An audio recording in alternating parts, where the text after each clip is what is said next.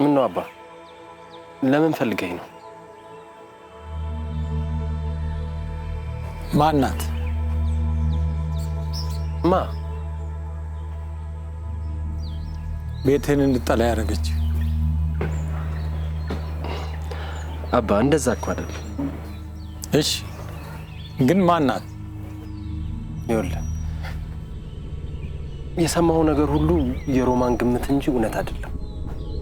ማክዳ ማለት ጓደኛዬ ናት። በቃ ከዛ ያለፈ ምንም ነገር የለም። ጥሩ አምናለሁ።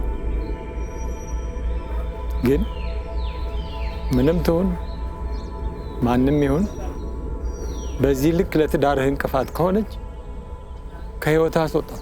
አላስወጣትም። ምን አደረገች? እየተቆጣኸኝ ነው?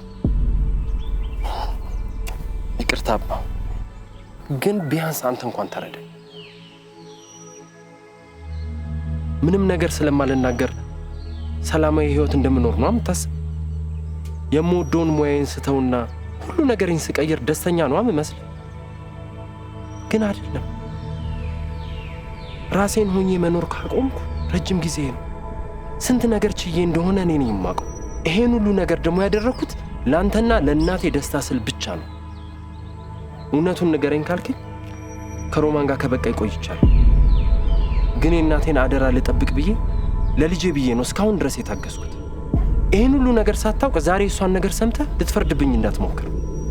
ደግሞ ሮማን በክፉ የምታነሳት ሴት ከእኔ በላይ ትዳሬን ለመጠበቅ የምትጥር እንጂ ለትዳሬ እንቅፋት አይደለች።